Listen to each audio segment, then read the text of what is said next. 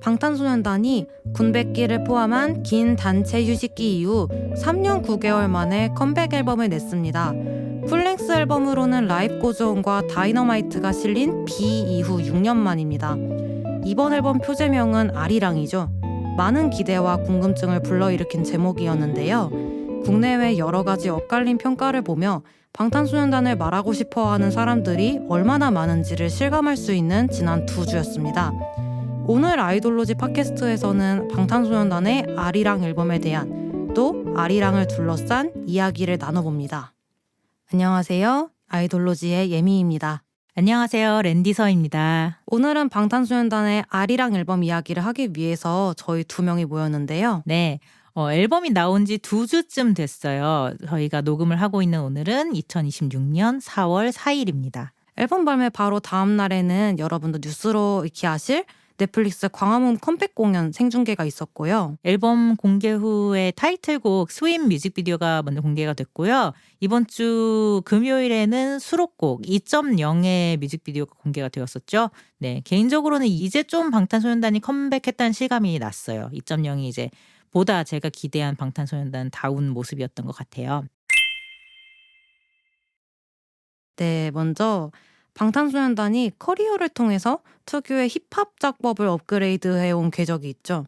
아리랑 앨범은 그 연장선상에 있는 발전판이라는 생각이 들어요. 네, 맞아요. 최근 몇 년간 다이너마이트의 BTS, 그러니까 방탄소년단 아니고 BTS에 익숙하신 분들께는 낯설 수 있지만 방탄소년단 애초에 힙합 아이돌로 데뷔를 했었죠. 네. 그래서 또 먼저 언더그라운드 활동을 좀 했었던 RM이나 슈가는 국내 힙합계로부터는 셀아웃 또는 남성답지 못하다, 게이답다 그런 욕을 하기도 하잖아요. 네. 그런 비난을 받은 적도 있었고 또 기존의 케이팝 팬들은 기존 케이팝 아이돌들이 쌓아온 케이팝의 이런 형식미에 힙합에서 추구하는 리얼함이나 뭐 당시 2010년대 초반 아델이나 에드시런 등 자기 얘기 쓰는 싱어송라이터들에서 나오는 그런 어센틱함을 아이돌 뮤직에 접붙이려고 하는 그런 방탄소년단을 반가워하지 않았었다는 기억이 있습니다.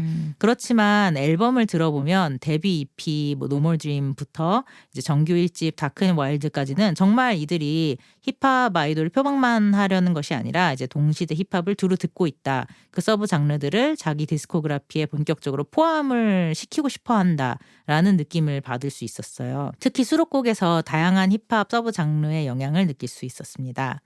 이번 앨범 아리랑은 그래서 태도로 보자면 전작 중에는 다크 앤 와일드 앨범을 가장 닮았다는 생각이 들어요. 네. 그러니까 화양연화 세계관 그 비유가 있기도 전에 피땀 눈물에 이제 데미안 레퍼런스 같은 것들이 있기도 전에 Love Yourself처럼 유니세프 이런 캠페인을 하기도 전에 방탄소년단이 지금의 큰 인기를 얻기 그 전의 앨범이라서 잘 알려져 있지는 않은데 방탄소년단은 그것을 자기들 뿌리라고 여긴 것 같다고 느꼈습니다. 이번 앨범의 구성은 꽤 알기 쉽게 만들어져 있어요. 1번부터 5번까지 스타디움 공연에 적합할 에너지 넘치는 곡들로 차 있고요. 6번에 그 유명한 성덕대왕 신종 에밀레종 타종 소리가 들어가 있고요. 네, 이 타종을 기점으로 그보다는 차분한 곡들로 마지막까지 흘러갑니다. 그렇죠. 7번이 타이틀곡 스윗이고요. 저희가 디스코그 등 온라인에서 찾아본 바에 따르면 LP A면이 7번 스윗으로 끝난다고 하고 그 다음에 B면은 8번 메리고라운드로 시작을 해서 14번 인투 더 선으로 끝납니다. 저희가 이걸 검증을 하고 싶어서 온라인에 LP 트랙리스트나 리뷰를 싹 뒤져봤는데요. 네, 빅히트 측에서 A, B면 불리한 트랙리스트를 애초에 제공을 하고 있지 않아요. 네, 그러신 것 같아요. 네, 그래서 LP를 듣지 않는 분이 디자인한 LP 아닐까 하는 인상을 받았어요. 맞아요. 좀 그런 얘기를 우리가 같이 나눴었죠. 네. 네, 이 앨범을 처음 들었을 때 제일 먼저 생각나는 걸 꼽자면 타일러 더 크리에이터가 2024년에 내놓은 크로마코피아였어요. 저는 2024년에 이게 이렇게 예고도 없이 딱 드롭을 했던 당시에 첫 몇 트랙부터 되게 이렇게 인더스트리얼하고 메탈릭한 사운드가 나와서 들으면서 충격을 받았던 그 기억이 있거든요. 그래서 지금은 힙합이 옛날 같은 위용이 아니라고는 해도 좀 재미있고 신선한 힙합 음악을 하는 아티스트들은 쭉 있어 왔고 방탄소년단은 자신들이 동시대 힙합을 열심히 듣고 있다는 티를 내는 케이팝 트랙들을 다수 만들어 왔기에 이번 앨범도 그런 연장선상에 있다고 생각을 했습니다. 대중성이 그러니까 그렇게 많을 것 같지는 않은 음악이면서도 또 방탄소년단의 음악에 이제 박며들은 팬들의 숫자가 거대하므로 그냥 팬덤이 무한히 확장해 대중의 규모가 되었다라고 보면 될 것 같습니다. 그래서 저는 이번 앨범에 힙합하는 방탄소년단에 대해서 사람들이 원래 가지고 있던 호불호가 이번에 특히 극명히 드러난 것 같아요. 네. 워낙 유명한 팀이니까 힙합에 안 익숙한 분들도 방탄소년단 앨범은 한 번씩 들어보시잖아요. 네, 그렇죠. 그런 분들이 들어보시고 이번 음악을 좀 어렵게 생각하신 분들이 많이 보였어요. 그럴 수 있죠. 근데 방탄소년단은 지금이 아니라 예전에 화양연화나 DNA나 이런 음악을 하던 시절에도 꾸준히 소리를 거칠게 쓰는 팀이었는데 맞아요, 그랬죠. 이번 앨범에서도 팀이 가지고 있는 그런 코어한 면을 끝까지 가져가는 선택을 했잖아요. 네. 그게 별로 놀랍지가 않았고 오히려 팀 커리어의 일관성이 있어서 마음에 들기도 했어요. 네. 이 과정에서 마이클 메이드잇, 디플로 같은 대형 프로듀서나 아니면 제이팩 마피아, 플룸, 아르테마스 같은 현지대 얼터너티브 장르의 네임드 프로듀서들과의 협업이 좀 눈에 띄었어요. 네. 저는 방탄소년단이 이 사람들의 꿈의 세계에 있던 아티스트들이랑 본격적으로 작업을 하면서 자기 작법을 업그레이드 해온 그런 궤적이 앨범에 보여서 마음에 되게 들었었어요. 네. 방탄소년단 데뷔 초창기에는 디플로나 마이클 메이드잇 같은 사람들이 얼마나 대단했어요. 그랬지요. 그래서 그분들이 쫓고자 했던 뮤지션이랑 이제 대등한 관계가 돼서 작업을 하게 된 게 의미 있는 시간이었을 것 같았어요. 네. 또 그 플룸 같은 경우는 슈가가 되게 오래전부터 샤라웃을 했던 것이 기억이 나거든요. 그렇죠. 네. 또 제이팩 마피아나 아르테마스 등 지금 얼터너티브한 힙합, 지금 이제 얼터너티브한 팝 하는 이름들도 눈에 띄고요. RM의 Right Person Wrong Place 앨범에 리틀 심즈 같은 피처링이 있었던 게 생각이 나서 동시대 아티스트들과 일을 해보고 싶었구나 하는 인상을 받긴 했었어요. 한편 이제 피처링은 하나도 없는 것도 특이할 만합니다. 나중에 리믹스로는 나올 수 있을 것 같다고 추정이 되는데요. 일단은 공식적으로는 피처링 곡이 하나도 없습니다. 유닛 곡도 없고 솔로곡도 없고, 그러니까 전곡을 방탄소년단 7명 포메이션으로 다 소화를 했어요. 이것도 저는 이제 팀으로서의 방탄소년단을 좀 강조하기 위한 전략이라고 봤습니다. 상당히 이례적인 걸로 보이는 게 네. 이번 앨범이 14곡 분량의 러닝타임 41분인데 네. 이 정도면은 요새 아이돌 앨범 중에서는 굉장히 큰 볼륨의 앨범이에요. 그렇죠. 네. 말씀하신 것처럼 피처링, 유닛곡, 솔로곡 다 없이 전곡의 전 멤버가 다 참여하는 구성이 나온 것도 의미가 있는데 네. 저는 이게 각 멤버들이 이미 솔로 활동을 하면서 자신들이 원하는 음악을 한 번씩 해봤어서 네. 오히려 이번 앨범에서는 그룹으로서의 방향성에 모든 멤버들이 따라올 수 있었다는 생각이 들었어요. 네. 그리고 팀의 음악적 방향성을 원래도 랩라인 멤버들이 잡고 있었어서 네. 이번 앨범의 방향성도 팀과 멤버들이 감당 가능한 방향에 있다고 봤습니다. 네. 그러니까 그들의 뿌리로 돌아간다는 것은 이제 원래의 그 랩라인 멤버들이 잡고 있었던 그 노선으로 가는 거다라는 생각을 했을 수도 있을 것 같아요. 이제 그런 의미에서 좀 더 이제 그 옛날 앨범들 같다는 인상이 느껴지는 것 같아요. 데뷔 초 방탄소년단은 확실히 랩 위주의 음악을 하는 그런 팀이었으니까요. 네. 그러면은 이제 빅히트 측에서 좀 노골적으로 홍보하고 있는 한국적인 요소들에 대해 얘기해 볼까요? 그럴까요? 저희 바디 투 바디의 아리랑 샘플링이나 넘버 29의 성덕대왕 신동 타종 녹음 같은 거요. 앨범을 이루는 다양한 요소들이 있는데요. 네. 이 이제 넷플릭스 다큐멘터리 BTS 더 리턴을 보면은 바디 투 바디의 아리랑 샘플이 방시혁 씨의 아이디어였다는 것을 알 수 있었어요. 네. 그런데 이제 아리랑 샘플이나 이 성덕대왕 신종 타종 같은 그 아이디어가 방시혁 씨 아이디어였다는 거를 회사발 보도 자료가 너무 강조하고 있지 않나? 라는 맞아요. 생각이 들었어요. 네, 미묘 평론가님이 3월 21일 날 트위터에 남기신 이야기를 좀 발췌를 해보면요. 먼저는 이제 성덕대왕 신종의 그 음파가 완전히 사라질 때까지 이렇게 트랙에 담아서 앨범에 넣는다는 게 되게 예술적으로 파격적인 선택이라는 거, 긍정적인 의미로서 이제 예술충 모먼트라고 할 수 있다는 걸 설명을 먼저 이렇게 쭉 하셨어요. 물론 미묘님은 예술충 같은 말을 하진 않으셨어요. 제가 지금 설명을 하다 보니까 그렇게 단어를 고르게 된 네. 건데요. 네, 이후에 하신 말씀을 제가 이제 대본에 좀 카피를 해왔거든요. 읽어볼게요. 네. 그런데 그렇기 때문에 더욱 찜찜해지는 게 방 의장이 국중박과 협업을 하면서 아이디어를 얻어서 이 트랙을 제안했다는 보도자료가 대량으로 기사화되고 있는 점이다. 이걸 하는데 BTS의 자격이 부족하거나 서울대 미학과 학위가 필요한 건 아니잖아? 왜 아티스트의 몫으로 돌리지 않지? 크레딧은 크레딧이지. 하지만 보도자료는 다르다. 특히 K-팝에서 보도자료는 사실을 있는 그대로 전하는 게 아니라 기획 측이 보여주고 싶은 내용을 전하는 매체라는 걸 모르는 사람은 없다. 그럼 왜 그걸 굳이 디테일 곁들여 강조하려 하는가에 의문을 가질 필요가 있다. BTS의 정서적 기조와도 잘 맞고 실험적 시도로도 들리고 철학적, 시적으로 표현으로도 보이고 아티스트의 수준 이외에도 위상을 보여주는 트랙도 되는데 왜 아티스트에게 돌리지 않는 걸까? 트랙 특성이 발상이 거의 모든 것을 다 하는 트랙이다. 그런데 그 발상이 방 의장의 것이라고 강조하면 무엇이 좋은가? 아티스트가 자기 음반에서 음반사적으로 이례적이고 실험적인 시도를 하더라도 스스로 하지 못하고 사장님 지시대로 하는 것처럼 보인다는 게 좋은 건가? 라는 이제 말씀을 남겨주셨어요. 저도 이제 공감이 되는 물음이기 때문에 이제 퍼와봤습니다. 저는 저 이제 아리랑 샘플 이나 성덕대왕 신종이 앨범을 이룬 전부는 아니잖아요. 그렇죠. 그런데 이제 그 이 밥상을 이루는 것은 방탄소년단과 스텝과 여러 참여한 아티스트들이 협력해서 차렸는데 그리고 저는 방탄소년단의 앨범에는 방탄소년단이 가장 상석에 앉는 게 맞다고 생각하는데요. 그렇죠. 이 앨범은 제일 상석 그러니까 가장 화제성 있는 지점마다 방시혁 씨가 앉고 싶어 한 느낌입니다. 그게 참 아쉬워요.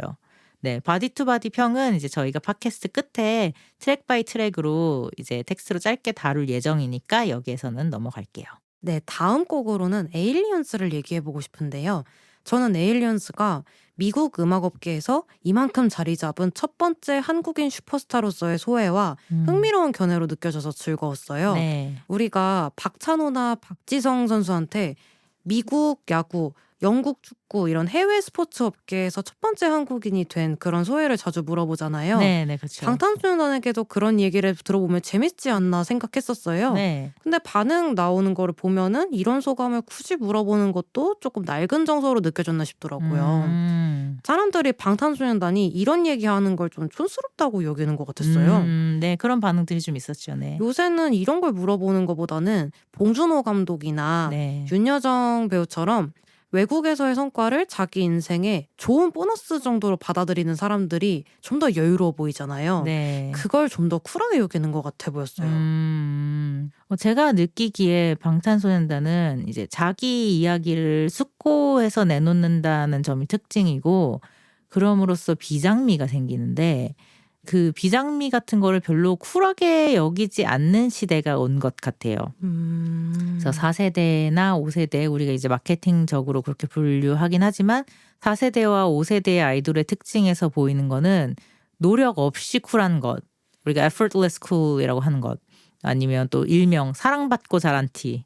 이런 게 이제 조금 더 주류인 것 같거든요. 네. 그러니까 아등바등 이렇게 부족함을 극복하려고 노력하는 모습이 더 이제 3세대적, 9세대적이라고 느끼고 있는 것 같아요. 네. 네, 제 생각에는 이런 조금 예스럽게도 느껴지는 아등바등하는 그런 모습이랑 네. 이번 앨범의 제목도 아리랑이고 네. 앞에 바디 투 바디에서는 경기 아리랑 샘플링도 들어가고 네네. 이런 조금 예전 시대 스타일의 전통문화 차용이랑 둘이 합쳐져서 네. 약간 아까 같은 노력 없이 쿨한 정서, 요새식 그런 정서를 추종하시는 분들한테는 네. 더 구식의 인상을 더한 것 같아요. 근데 저는 삶을 그렇게 쿨하게 대하는 사람이 아니고 네. 그런 조금 더 아등바등하는 정서에 네. 좀 더 공감을 하는 편이라 마음에 들었거든요. 네, 저도 그런 편이에요. 그리고 네. 저는 특히 제가 공연을 보러 가는 아티스트는 좀 뜨거운 음악을 하시는 게 좋거든요. 그래서 저도 좋았습니다. 네. 그리고 또 에일리언스 같은 경우는 해외에서 네. 특히 미국 시상식, 특히 그래미 시상식에서 무대를 하게 된다면은 꼭 보고 싶다는 그런 소망이 있어요. 그러니까 미국은 인종이 만사에 가장 먼저 오는 굉장히 인종주의적 사고를 하는 사회라고 봐도 될 것 같은데요. 네. 방탄소년단은 그런 의미에서는 미국에서는 영원한 이방인 신세거든요. 그러니까 우리가 대표적인 서구라고 생각하는 나라이지만 그렇거든요.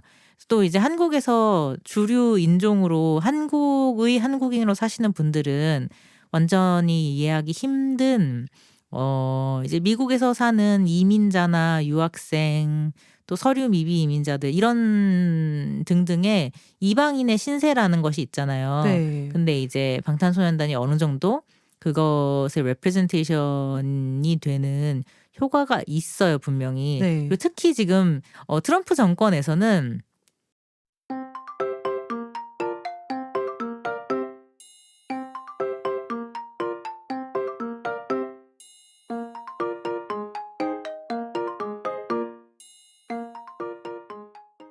근데 이제 그런 차별적 호칭으로도 쓰이는 단어가 되었는데 그렇기 때문에 이 노래 에일리언스란 제목이 그런 사회적 배경 때문에 또 이렇게 뜻의 레이어가 더해지는 바가 있는 것 같아요.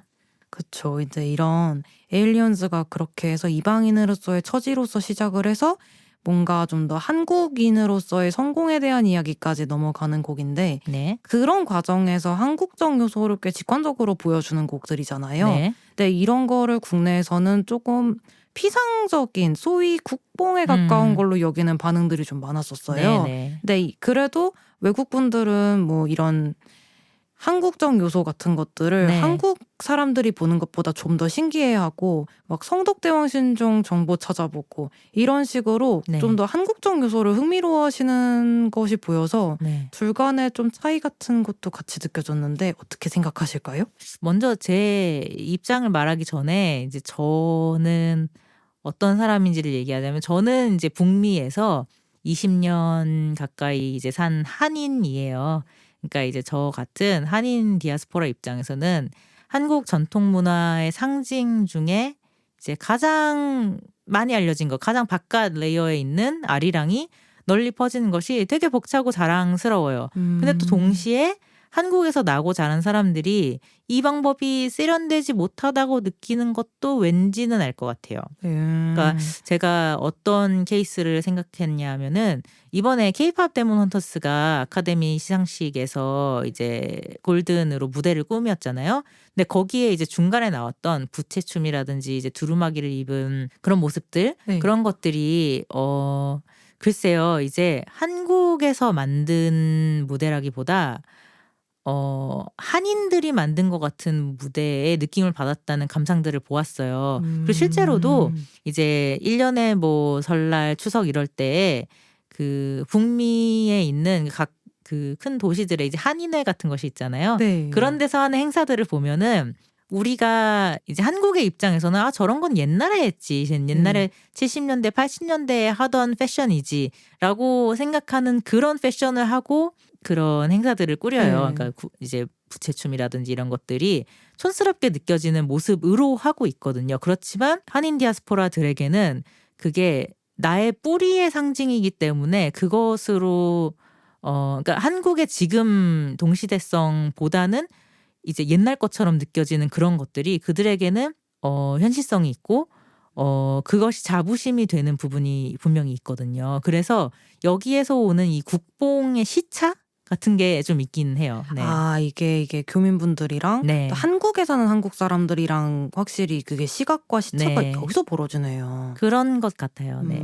이게 한국에 사는 사람들은 약간 한국 전통 요소가 있는 대중문화 창작물들을 네. 뭔가 조금 계보를 은연중에 아는 것 같거든요. 네네. 이게 한국 전통에 대한 대중문화 창작물이 꾸준히 만들어지면서 이게 역사가 있잖아요. 네. 근데 이게 보통 최신으로 올수록 세련된 것이 나오잖아요. 그렇죠. 우리나라의 대부분의 것들이 그렇듯이. 그렇죠. 네. 그러니까 옛날에는 뭔가 한식 홍보물 하면은 김치가 꼭 나오고 네. 국악 홍보물 하면은 아리랑이 일단 나오고 네, 네. 뭐 이러던 시절이 기억이 있는데 네. 그러다가 최근으로 올수록 소재가 더 신선해지잖아요. 네. 더 신선한 소재로 더 세련되게 해야지 좀 더 질리지 않고 맞아요. 그런 흥미가 유지가 되니까 네. 그래서 음악도 예시를 보면은 케이팝이나 힙합 쪽 보면은 뭐 어거스트 디 데치타라던가 네. 이날치 범 내려온다라던가 네. 디플로 작두 같은 게 꽤 오래전에 나왔잖아요. 그렇죠. 네. 이미 이렇게 여기까지 음악이 갔는데 그런 상황에서 앨범 제목은 아리랑 네. 그리고 메인 샘플 경기 아리랑 네. 이렇게 나오는 것들이 아직 이렇게 콘텐츠가 세련되지기 전에 좀 옛날 생각이 나는 거예요. 맞아요. 아직 맞아요. 콘텐츠도 덜 세련되고 우리나라가 영향력도 이만큼 있지 않았던 옛날 생각이 나서 좀 더 머쓱해지는 것 같아요. 네. 그리고 특히 그 중에서도 경기아리랑은 우리가 이미 갖고 있는 각자의 인상이 너무 큰 대표적인 노래잖아요. 그리고 또 좀 부정적으로는 국수주의적인 인상까지 있는 그런 곡이잖아요. 그래서 예를 들자면 이제 우리 요즘 이제 국립중앙박물관에서 판매하는 MD 브랜드 뮤트가 지금은 이만큼 세련됐지만 그렇게 되기 전 예를 들면 뭐 인사동이나 이런 데서 팔던 이제 개 밤티 전통 컨셉 장신구들 뭐 그런 거 있었잖아요. 근데 이제 이런 게 다큐멘터리에서 비이가 말하듯이 너무 직접적으로 느껴진다라는 거예요. 그래서 그 너무 직접적인 부분들이 세련미 부족으로 느껴지기도 하고 또 방탄소년단의 이런 거를 그냥 자랑스러운 대한민국 대표 그냥 그렇게 국뽕으로 얄팍하게 수식하는 방탄소년단 본인들에게는 부담스러울 라벨이 자꾸 이제 너 이거 왜 안 좋아해? 너 나라 사랑 안 해? 약간 이렇게 윽박지르는 것 같이 느껴지기도 하거든요. 그래서 우리 모두 다 아는 경기아리랑 말고 조금 더 디깅을 해서 현대 한국인에게 좀 더 낯설 만한 아리랑을 소개했다면 오히려 더 반응이 좋지 않았을까라는 생각도 들기는 했어요. 근데 이제 왜 경기아리랑을 했을까를 생각해 보면은 이제 컴백 직전에 티저가 나왔었잖아요. 애니메이션 티저. 그래서 그 경기 아리랑을 써야만 했었던 이유를 거기서 이제 설명하고 있는데 1894년 하워드 대학교에서 녹음한 이제 조선 청년 7명의 사연으로 이제 그 설명을 해주고 있거든요. 근데 거기에 보면 설득력이 있어요. 그런데 여기에서 이제 우리 꼭 짚고 넘어가야 되는 되게 중요한 일이 있는데 사실 하워드 대학교가 미국 내에서 흑인이 주류인 학교였고 흑인 대학 흑인 대학이었고 그렇기 때문에 유색인종 학생들을 받아주는 몇 안 되는 학교였거든요. 그렇기 때문에 한국 학생들이 거기에 입학을 하고 공부를 할 수 있었던 거거든요. 그런데 그 애니메이션이 하워드 대학교를 백인 1세기 학교로 그려버린 거예요. 사실 너무 큰 신뢰죠. 그래서 이제 너무 중요한 부분을 놓치신 것 같고 하워드 대학교도 여기에 대해서 심지어 입장을 내놓으셨거든요. 그런데 하이브에서는 답이 아직 안 나왔어요. 그래서 문화적으로 섬세하지 못했던 부분이고 이거는 비판을 마땅히 받으셔야 되는 부분이라는 생각을 합니다. 그래서 여기까지 이렇게 해도 아리랑 나오는 건 너무 직접적으로 한국적으로 가자고 한 거 아니냐라고 하는 여론 한편에서는 영어 가사가 많다고 덜 한국적이라는 여론도 있었어요. 근데 이게 어쩔 수는 없는 게 제목부터가 아리랑이니까 한국적 어쩌고 한국적 무엇인가 이런 거를 기대하게 만들 수밖에 없긴 했던 것 같거든요. 맞아요. 저는 개인적으로는 한국어 가사를 많이 기대를 했던 입장이에요. 저는 이제 제가 이제 해외에 살고 있으면서도 영어가 많이 나오면은 그것이 더 글로벌 리치에 이롭다는 걸 알고 있으면서도 그래도 저는 한국어 가사를 좀 더 많이 기대를 했거든요. 그러니까 영어가 많이 나오니까 아리랑답지 않다, 어텐틱하지 않다기보다는 방탄소년단 멤버들이 한국어를 훨씬 더 잘하니까 그들이 편한 모국어로 쓴 가사가 듣고 싶었다는 입장이거든요. 그리고 또 제가 이제 전에 발행했던 Bulletproof Delivery라는 뉴스레터가 있었는데요. 거기에 이제 다이너마이트 처음 나왔을 때 그 평을 쓰면서 썼던 말이 기억이 나요. 그때 아마도 이 곡이 방탄소년단의 가장 큰 미국 내 히트곡이 되겠지만 이들의 뭐 블랙스완이라든지 이런 노래를 좋아했던 입장에서는 다이너마이트가 이들의 대표곡이 되는 것에 저항감이 있다. 이런 식의 얘기를 제가 한 적이 있어요. 기억나요. 그래서 지금도 같은 아쉬움을 가지고 있고 그래서 한국어 가사가 적었던 점은 그런 점에서 저도 아쉬움이 있습니다. 저도 그 뉴스레터 구독자이기도 하고 또 그 시절을 기억을 하는 입장에서는 이제 방탄소년단이 미국 시장에서 자리를 잡아가는 과정을 지켜봤었잖아요. 근데 그때 어떤 기억들이 있었냐면은 영어 가사곡을 내놓으면은 레이블에서 프로모션이 더 많이 나오고 한국어 가사를 쓰면은 프로모션이 줄어들고 해서 그렇게 해서 그 프로모션의 차이가 순위 지속의 차이로 그대로 직결이 됐었던 시절의 기억이 있고요. 제가 기억하기로는 다이너마이트가 Up가 이 팀의 첫 번째 영어 싱글인데 그것도 그래서 나온 곡으로 기억하거든요. 네. 그래서 이게 영어 가사를 많이 쓰는 게 비즈니스적 결정이 좀 있었을 것 같고 그게 이해가 안 되는 건 아니에요. 네. 다만 이제 이번 앨범은 워낙 컴백하는 것 자체가 워낙 큰 사건이잖아요. 네. 그래서 그 화제성이 있으니까 이걸로 밀어붙여서 한국어 가사를 좀 더 널리 퍼뜨릴 수 있으면 좋겠다는 마음은 들거든요. 네. 다만 이제 영어를 많이 썼다고 마냥 한국적이지 못하다고까지는 저는 말을 그렇게는 안 하고 싶은 게 네. 이게 영어를 많이 쓰는 거랑 한국적 어쩌고랑 그게 여러 그런 분야들을 보면은 그게 다 무작정 연관이 있지는 않는 것 같은 거예요. 맞아요. 네네. 예를 들어서 뭐 약간 인접혹은 다른 분야일 수는 있는데 네. K-pop 데몬 헌터스도 따지고 보면 영어였잖아요. 그렇죠. 한국이 소재로 나오지만 영어였고 네. 또 이제 좀 더 옛날의 소재기는 하는데 한국을 알리는 극을 만들자. 그런데 언어를 안 써서 문턱을 낮춰서 한국을 알리자 하던 난타 같은 그런 극도 있었잖아요. 네. 이런 여러 사례들을 생각을 해보면은 한국어를 많이 써야만 한국적 창작물이 되는 거는 아닌 것 같았어요. 네. 그리고 또 한국어 콘텐츠로 세계를 휩쓴다는 것이 유일한 목표 미션이 될 필요는 또 없다고 생각해요. 그쵸. 네. 또 신압으로 스며들게 하는 게 목적이라면 또 그런 목적을 가지지 않을 수도 있고요. 네. 그쵸. 그게 그것만이 음악의 목표이면 좀 그럴 순 없겠죠. 그렇죠.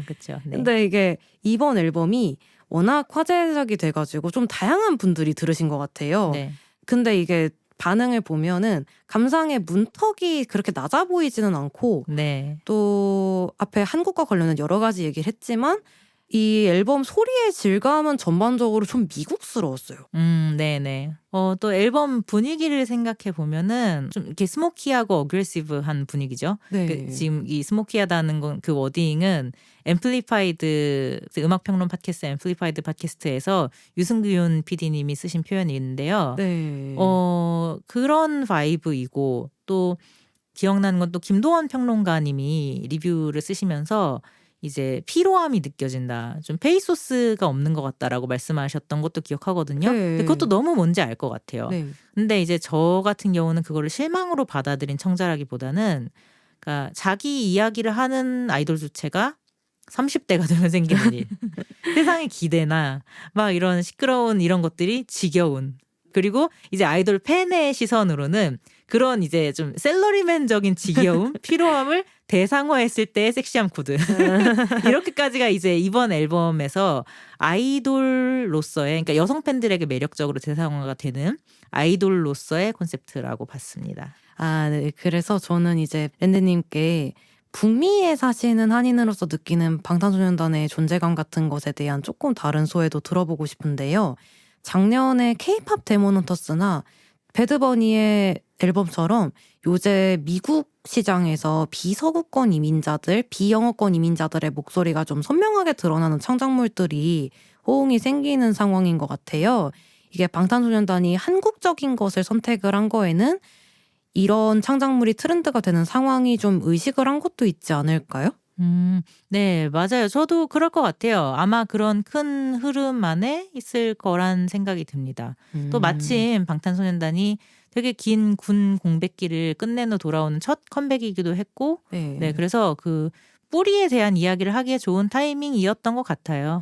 그래서 저는 지금 또 기억을 해보기로는 2017년에 네. 빌보드가 방탄소년단에게 탑 소셜 아티스트 상을 미국에 직접 불러서 이제 시상을 한 것이 방탄소년단의 소셜 영향력을 네. 방송으로 이제 전환해 보고자 하는 시도이자 네. 또 그 당시로서 2017년 당시로서 또 인종 다양성, 뭐 문화 다양성으로 그 시상식의 다이버시티를 챙기기 위한 무브였다는 생각을 했었거든요. 네. 그래서 2017년에 제가 아이돌로지에 처음으로 썼던 그 칼럼이 그런 내용을 담고 있었어요.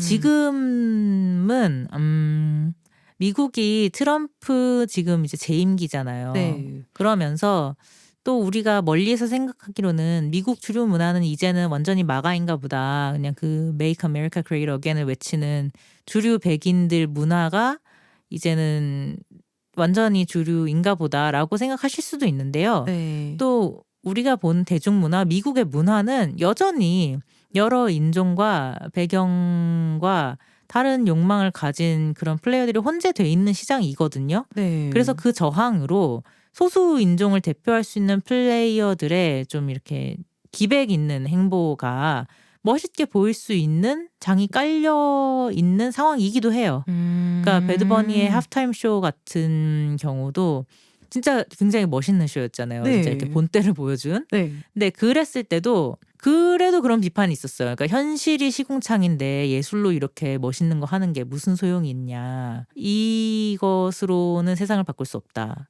근데 하지만 이제 저는 이제 문화를 좋아하는 사람의 입장으로서 네. 특히 대중문화를 좋아하고 관련해서 말을 하는 사람으로서 네. 그러니까 이제 대중문화는 우리의 감정과 사고와 세계관에 꽤나 큰 영향을 끼친다고 봐요, 저는. 그래서 노래는 세상을 바꾸지 못하지만 노래를 듣고 마음이 움직인 사람들 하나하나가 세상을 바꿀 결정을 할 수도 있고 실천을 할 수도 있잖아요. 네. 그러니까 여전히 그런 면에서는 그런 용기 있는 창작물을 내고자 하는 예술가들을 응원하고 싶은 마음이 있지요. 그래서 방탄소년단의 새 앨범도 이제 미국적인 맥락에서는 그렇게도 읽을 수 있을 것 같아요.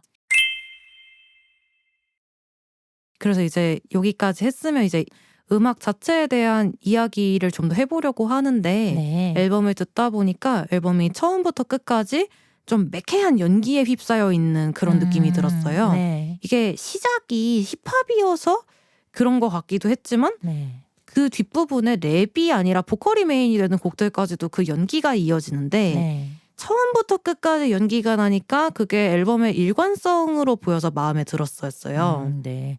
저는 지금 하신 말씀을 들으면서 매캐한 연기라고 표현하신 그 부분이 오토튠 같은 부분을 말씀하시는 게 아닐까 싶어요. 네. 그러니까 앨범 전체적으로 그 오토튠이 되게 많이 들어갔어요. 근데 사실 방탄소년단은 래퍼 멤버도 그렇고 보컬 멤버들이 다 각자가 소리 쓰는 법이 다 굉장히 다른 팀이에요. 네. 그래서 사실은 예전에 다른 앨범들을 들으면서도 이런 조정이 있었으면 좋았을 팀이라고 늘 생각을 했었어요. 그런데 이제 일반적으로 아이돌 음악 청자분들은 오토튠을 그렇게 좋아하지 않으시는 것 같거든요. 그러니까 네. 그것도 유행이라는 게 있지만 그래서 이제 사람의 목소리처럼 들리기 위해서 오토튠을 최소한으로 썼던 것 같은데요. 네. 이번에 이제 앨범 전체의 바이브나 일체감을 위해서 되게 아낌없이 쓴 것 같다는 인상을 받았어요. 네. 근데 또 애초에 이제 그 비트 자체에도 되게 인더스트리얼한 그런 소리가 많아서 그렇게 인공적으로 들리는 오토튠의 질감이 잘 어울린 것 같아요. 네. 이게 이런 방향으로 가자라고 한 거에 대해서 멤버들끼리는 이게 충분히 서로 납득을 하고 나온 거 같거든요. 네. 그럴 수가 있었던 거가 멤버들이 아까 말씀드렸듯 솔로 활동을 다 해봤으니까 이건 네. 확실히 팀으로서의 방향성이다. 우리 네. 팀은 이렇게 가자. 네. 이런 식으로 방향성을 잡고 간 것 같거든요. 네.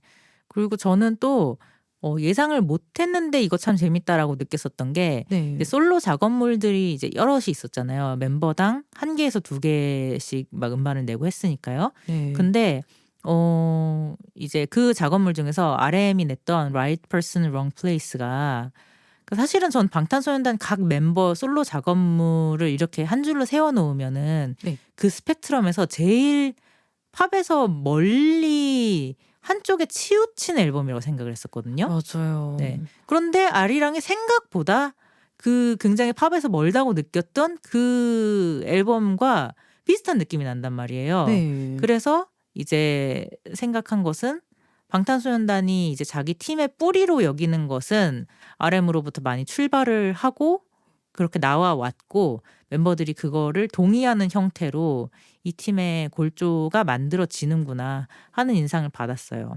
여기 대본에는 쓰지 않았는데 이제 들으면서 비슷하구나. 그 솔로 작업물 중에서 이번 앨범에 많은 영향이 느껴지는 앨범을 꼽자면은 그 Right Person Wrong Place 앨범하고 네. 제이홉의 잭 인 더 박스 이렇게가 네, 생각이 납니다. 확실히 둘 다 힙합 앨범들이고 네. 확실히 Right Person Wrong Place는 진짜 팝과는 거리가 많이 멀어진 어떤 얼터너티브 쪽으로 아예 그랬죠. 갔구나 싶었던 네. 앨범이었어요. 네.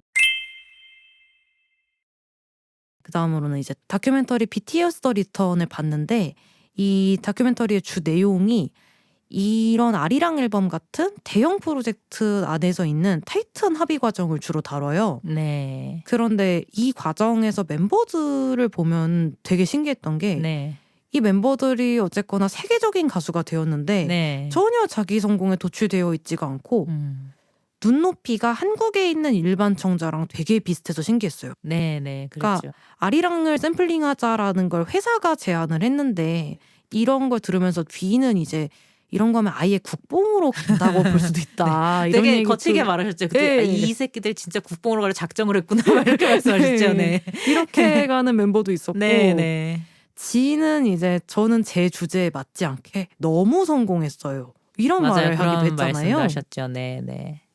그러니까 저도 그런 점들이 다 굉장히 인상 깊었고 추측으로는 이 다큐를 찍은 시점이 네. 군대를 다녀온 지 얼마 안 된 시점이었잖아요. 네. 그래서 그랬나? 라는 생각도 들었어요. 그러니까 업계 사람들 사이에서만 늘 살아오다가 전국 각지에서 온 이제 비업계인들 사이에 껴서 1년 반을 네. 살아보신 거잖아요, 네. 멤버들이. 그런데 이제 그 군대 전에도 사실은 이 팀은 되게 케이팝에서는 보기 드물게 네. 되게 인터뷰나 이런 것들을 보면은 현실 감각이 번뜩이는 모먼트들을 많이 느꼈었어요. 맞아요. 그런데 또 군대 생활이 또 그런 성향들을 강화해 주진 않았나? 라는 생각도 들었어요. 뭔가 확실히 연예인보다는 보다 비연예인들 사이로 네. 한번 있다가 오기도 했었고 네. 또 원래도 이 팀이 그 자신들이 어쩌다가 이렇게까지 성공했는지 잘 모르는 듯한 그런 순간들이 군대 가기 전에도 꽤 많이 보이긴 했었거든요. 네. 그런 면들이 저는 좋았는데 네. 근데 이게 저는 일단 먼저 말씀을 드리자면은 네. 한국 청자의 입장이 다 맞기만 할 건 아닐 거예요. 해외 맞아요. 청자분들은 또 한국 청자분들이랑 생각이 다르실 수도 있고 맞아요. 네. 또 음악을 하는 사람이 아니라 하고 듣는 사람 말고 비즈니스를 하시는 분들은 또 네. 시각이 다르실 수 있잖아요. 네. 이게 한국 청자가 다 옳은 건 아니에요. 근데 한국 청자들이랑 멤버들이랑 눈높이가 워낙 비슷하니까 네. 이 둘은 비슷한데 경영진의 시각이 둘이 너무 달라서 이 둘 사이에서 시청자가 좀 괴리를 본 것 같아요. 네, 맞아요. 네. 그리고 또 이게 앨범에 이해관계자가 워낙 많이 개입을 하게 되어 있잖아요. 네.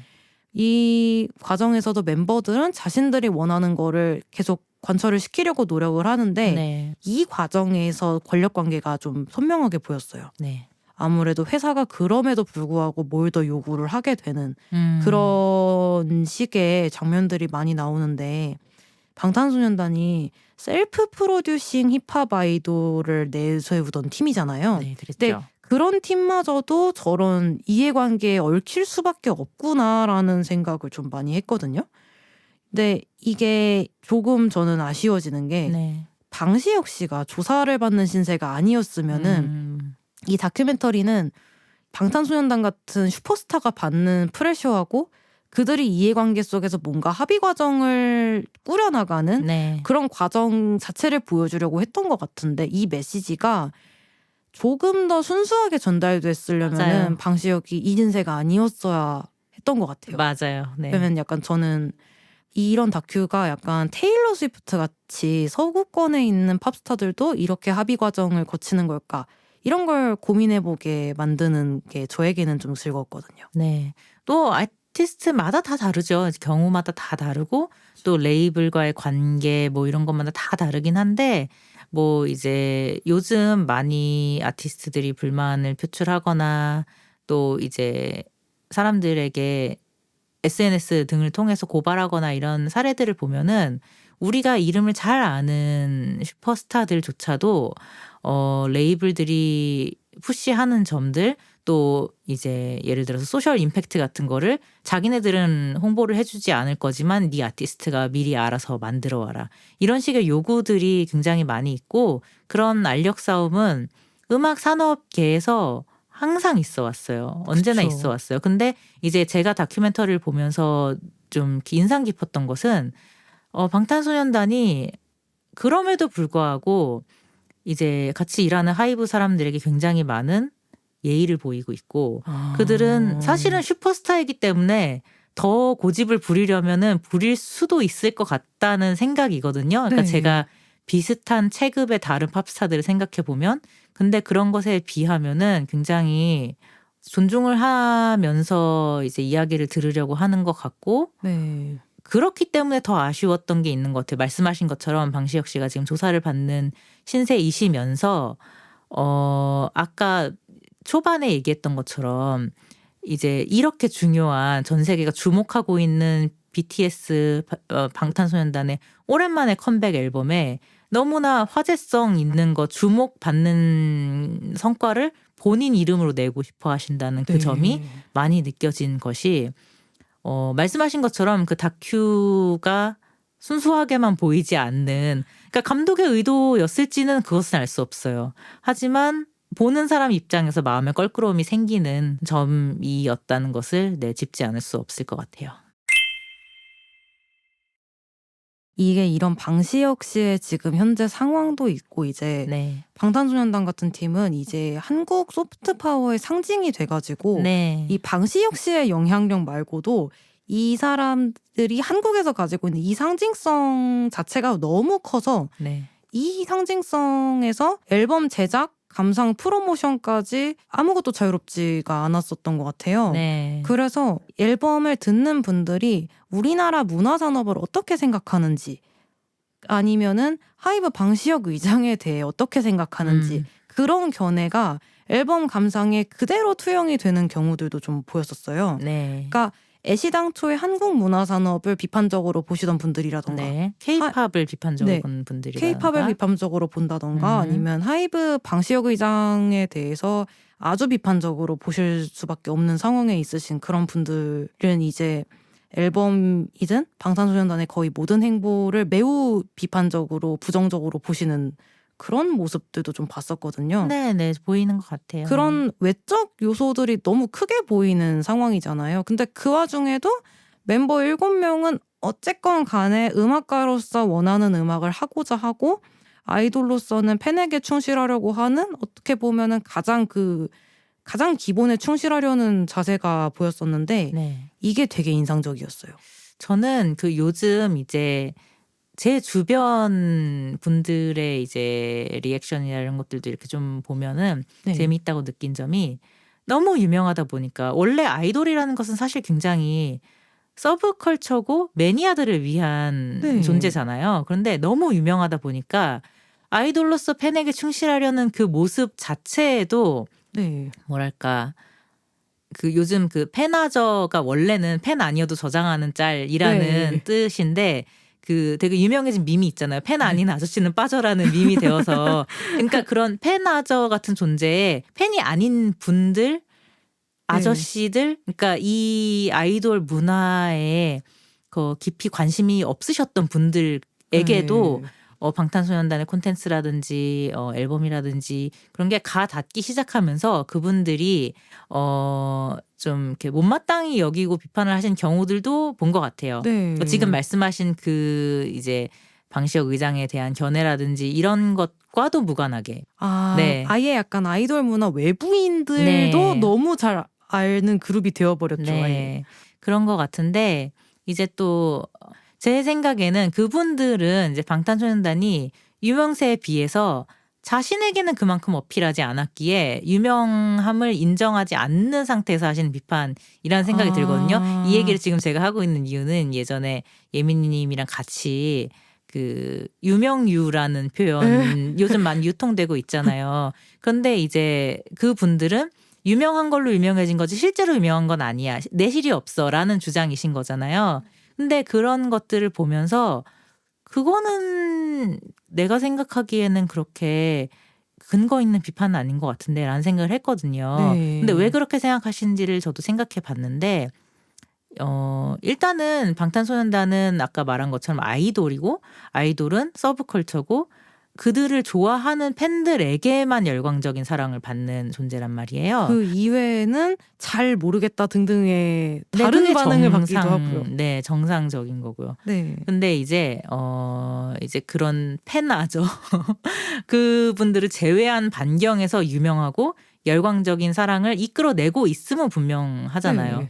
그리고 또 방탄소년단은 그 팬들에게만 오로지 관심 있는 모습을 보일 때가 많아요. 그러니까 방탄소년단은 아이돌 중에서도 조금 유난스럽게 네. 많은 수록곡들이 팬송이고 네. 또 이번에 넷플릭스 공연 같은 경우도 토크의 대부분이 그러니까 자기 눈앞에 있는 아미들 아미 아니면은 여러분이 네. 주청자였어요. 완전. 네. 그러니까 보고 있는 사람들 중에서도 아미를 호명을 하고 그래서 넷플릭스 시청자 전체를 향해 있지 않았잖아요. 그쵸. 근데 그런 부분을 못마땅해 한 그런 분들도 있었던 것 같았어요. 약간 옛날 가수들 중에서는 그런 뭔가 스피치를 할 때 국민 여러분으로 네네. 부르는 사람들도 있었는데 맞아요. 그거에 하고는 아주 큰 차이가 있죠. 맞아요.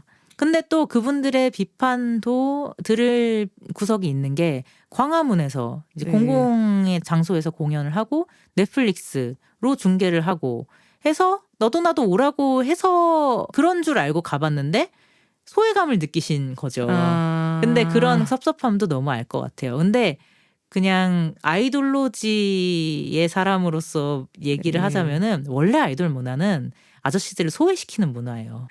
아저씨들이 만들긴 하시는데 이 문화를 사랑하는 사람들은 아저씨들이 별로 아니고 네. 이제 주로 여성 문화고 여성 청소년 문화이기 때문에 어린 사람들. 네, 그런 소외감을 느끼신 것에 대해서 너무 섭섭하지 않으셔도 된다. 왜냐하면 여러분을 케이터링 하기 위해서 만들어진 문화가 애초에 아니기 때문이다. 여러분을 위한 건 아닙니다만 사랑받는 존재인 것은 알고 계세요. 네, 뭐 그런 네, 생각이 들었습니다. 네. 네. 네, 오늘은 이 정도로 마무리해 보도록 할게요. 랜디님 오늘 어떠셨어요? 네, 아이돌로지의 첫 팟캐스트에 이렇게 예미님과 대담으로 출연하게 되어서 네, 기뻤습니다. 저희가 약간 아이돌로지에서 방탄소년단 담당? 약간 그런 비스무리한 거 아니겠습니까? 그래서 네, 책임감을 느꼈던 프로젝트를 잘 끝내게 돼서 기쁩니다. 네, 예미님은 어떠셨어요? 아, 네, 저도 약간 이 팟캐스트를 기어코 여기까지 해냈구나. 뜻밖의 일이 커져버린 것 같지만 네. 결국 해내긴 했다라는 사실 자체가 지금 좀 많이 놀라웠어요. 네, 그래서 같이 한번 랜디님과 방탄소년단 얘기를 해보고 싶었어요. 저한테도 의미가 네. 있는 가수이고 큰일이었잖아요. 네, 그런데 상상 이상으로 유익하고 재미있는 이야기를 너무 많이 들을 수 있어서 너무 고마웠어요. 네, 감사합니다. 네, 그럼 오늘 시간은 이렇게 마무리해보겠습니다. 아이돌로지 팟캐스트는 다음 편에도 흥미로운 주제를 가지고 돌아오도록 할게요. 오늘 시간 내주셔서 감사합니다. 네, 감사합니다.